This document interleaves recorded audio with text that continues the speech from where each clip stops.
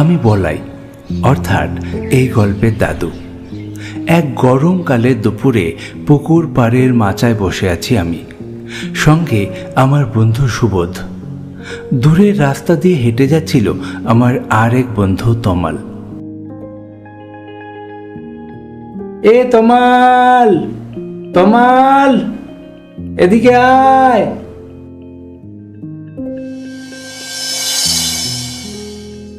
আমার ডাক শুনে তমাল আমার কাছে এলো। কিরে, কি বলছিস? ডাকলি কেন? বাবা, খুব ব্যস্ত মনে হয় তুই। না, তেমন কিছু না। মা মুড়ি আনতে পাঠালো, মুড়ি শেষ হয়ে গেছে ঘরে। বলছি শোন না, রাত্রিবেলা মাঠে ঘুমাবি?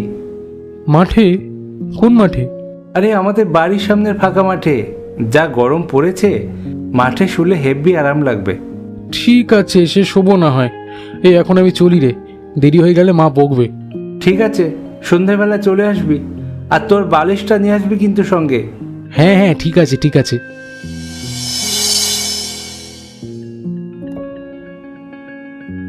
সেই দিন রাত্রে আমরা তিনজনই মাঠে ঘুমানোর জন্য রাজি হলাম। তখনকার সময় মাঠে ঘুমানো নতুন কিছু না। অনেক এলাকাতেই তখনও বিদ্যুৎ পৌঁছয়নি। হ্যারিকেন বা লণ্ঠনের আলোতেই রাত্রিবেলা চলাচল করতে হতো।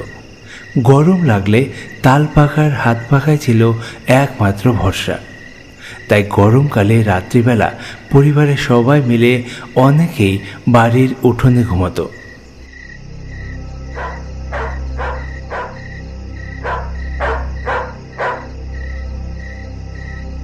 সেই দিন রাত 8টা নাগাদ রাতের খাবার খেয়ে তমাল আর সুবোধ আমার বাড়িতে এসে হাজির হয়।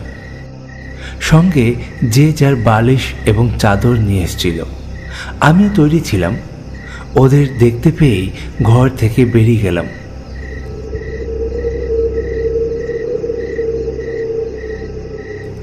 আমার ঘরের সামনে ছিল দিগন্ত বিস্তৃত ফাঁকা মাঠ। এই মাঠেই আমরা আজকে রাত্রে শোব।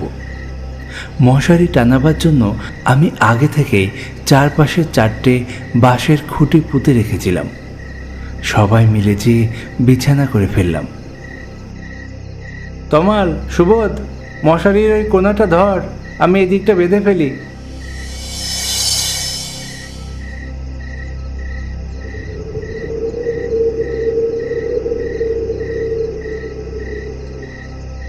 মশারি টানানো হয়ে গেলে আমরা এক এক করে